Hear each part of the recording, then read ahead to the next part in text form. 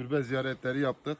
Harput'ta hiç keşfedilmeyen, insanların bilmediği bir türbedeyiz. Gördüğünüz gibi türbenin kubbesi çökmüş. Şöyle gidelim. Sonradan yapılan kubbe. Efendim? Sonradan yapılan kubbe. Evet. Bu sonradan yapılan kubbe. Al bunu da ışık yaparsın. Bismillah. Şöyle girelim. Şerap sen. Ya Allah destur. Allah. Gel. Bismillah. Selamun Aleyküm. Böyle bu mübarek burada yatıyor. Bunun tabi bilgilerine ulaşacağız. Allah nasip ederse.